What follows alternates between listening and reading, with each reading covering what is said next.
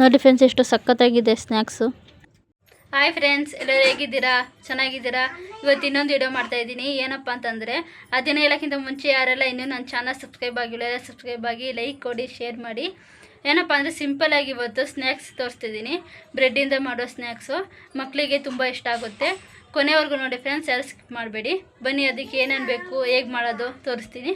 First friend bread ತೊಗೊಳ್ಳಿ. Bread ನಿಮ್ಗೆ ಎಷ್ಟು ಬೇಕಾದ್ರೆ ತೊಗೊಳ್ಳಿ. ನಾವು 4 ಜನಕ್ಕೆ ಆಗೋಷ್ಟು ಬ್ರೆಡ್ ತೊಗೊಂಡಿದ್ದೀವಿ.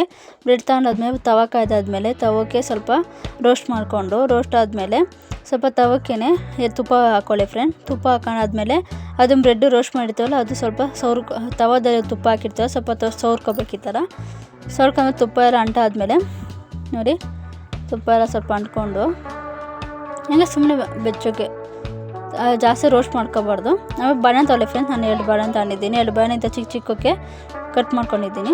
ಆಮೇಲೆ ನಾವು ಬ್ರೆಡ್ ತೊಗೊಂಡಿರ್ತೀವೋ, ರೋಸ್ಟ್ ಮಾಡ್ಕೊಂಡಿರ್ತೀವಲ್ಲ ಬ್ರೆಡ್ನ, ಅದಕ್ಕೆ ಸ್ವಲ್ಪ ಪ್ಲೇಟ್ ಮೇಲೆ ಇಟ್ಕೊಂಡು ನಾವು ಸ್ವಲ್ಪ ಹಾಲು ಕಾಯಿಸ್ಕೋಬೇಕು ಫ್ರೆಂಡ್ಸ್. ಸ್ವಲ್ಪ ಒಂದು 1/4 ಲೀಟ್ರು ಅಷ್ಟೇ ಸಾಕು ಫ್ರೆಂಡ್ಸ್. ಸ್ವಲ್ಪ ಹಾಲು ಕಾಯಿಸ್ಕೊಂಡು ಸ್ವಲ್ಪ ಒಂಚೂರು ಸಕ್ಕರೆ ಹಾಕೊಂಡು ಹಾಲು ಕಾಯಿಸ್ಕೊಳ್ಳಿ.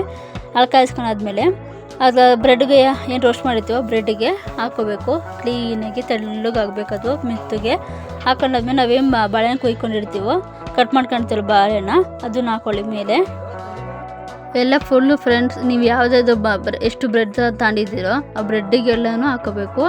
ಹಾಕ್ಕೊಂಡು ಇದು ನೋಡಿ, ಸ್ವಲ್ಪ ಅದೇ ಥರ ಬಾಳೆಹಣ್ಣು ಹಾಕೊಂಡಿರ್ತೀರಲ್ಲ, ಅದ್ರ ಮೇಲೆ ಸ್ವಲ್ಪ ಹಾಲು, ನೀವೇನು ಕಾಯಿಸಿ ಇಟ್ಕೊಂಡಿರ್ತೀರೋ ಹಾಲನ್ನ ಕ್ಲೀನಾಗಿ ಹಾಕೋಬೇಕು ನೋಡಿ.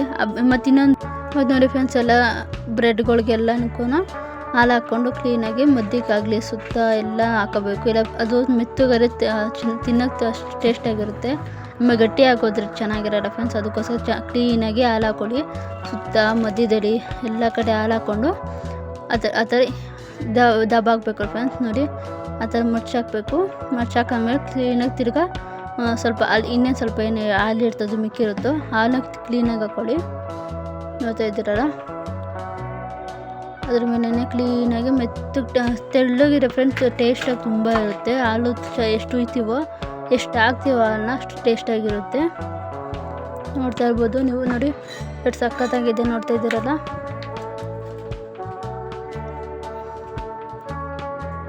ಇವಾಗ ಫ್ರೆಂಡ್ಸ್ ನೋಡ್ತಿದ್ದೀರಲ್ಲ, ಇವಾಗ ಇನ್ನು ಅಂಚು ಸ್ವಲ್ಪ ಕಾಯಕ್ಕೆ ಇಡಬೇಕು. ಕಾಯ್ದಾದ್ಮೇಲೆ ಫ್ರೆಂಡ್ಸ್ ಸ್ವಲ್ಪ ಅದ್ರ ಮೇಲೆ ಹಂಚು ಮೇಲೆ ಫ್ರೆಂಡ್ಸ್ ನಾವೇನು ಈಗ ಹಾಲೆಲ್ಲ ಹಾಕಿ ರೆಡಿ ಮಾಡಿ ಇಕ್ಕಿದ್ವೋ ಅದನ್ನು ಸ್ವಲ್ಪ ಒಂಚೂರು ಲೈಟಾಗಿ ಬಿಸಿ ಮಾಡ್ಕೋಬೇಕು. ಅವಾಗ ಚೆನ್ನಾಗಿರುತ್ತೆ, ಬಿಸಿಯಾಗಿ ಚೆನ್ನಾಗಿರುತ್ತೆ. ನೋಡಿ, ಬಿಸಿ ಆದಮೇಲೆ ನೋಡಿ ಫ್ರೆಂಡ್ಸ್, ಈ ಥರ ಆಗಿದೆ. ಇಷ್ಟೇ ಫ್ರೆಂಡ್ಸ್, ಈಸಿಯಾಗಿ ಮಾಡ್ಕೋಬೋದು. ಮಕ್ಕಳು ತುಂಬ ಇಷ್ಟ ಆಗುತ್ತೆ. ನೋಡೋದಲ್ಲ ಫ್ರೆಂಡ್ಸ್, ಹೇಗೆ ಸಿಂಪಲಾಗಿ ಸ್ನ್ಯಾಕ್ಸ್ ಮಾಡೋದು ಅಂತ. ಈ ವಿಡಿಯೋ ಯಾರಿಗೆಲ್ಲ ಇಷ್ಟ ಆಗಿದೆ ಒಂದು ಲೈಕ್ ಮಾಡಿ, ಶೇರ್ ಮಾಡಿ, ಸಬ್ಸ್ಕ್ರೈಬ್ ಆಗಿ ಫ್ರೆಂಡ್ಸ್.